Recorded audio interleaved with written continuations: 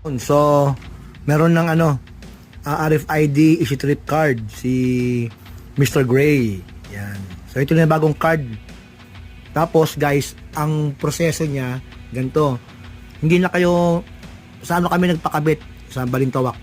Sa may Balintawak Toll, papuntang NLEX. Hindi na kami gumilid para huminto sa opisina, mag-fill up.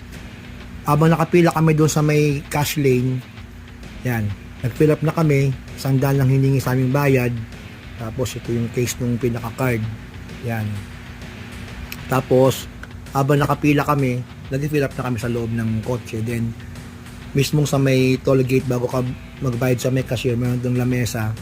Yun, sila yung nag-aasikaso. Tapos pinapili kami kung sa windshield o sa may ilaw. So doon ko pa ilagay sa may ilaw. Okay? So very good. Meron na siyang RFID.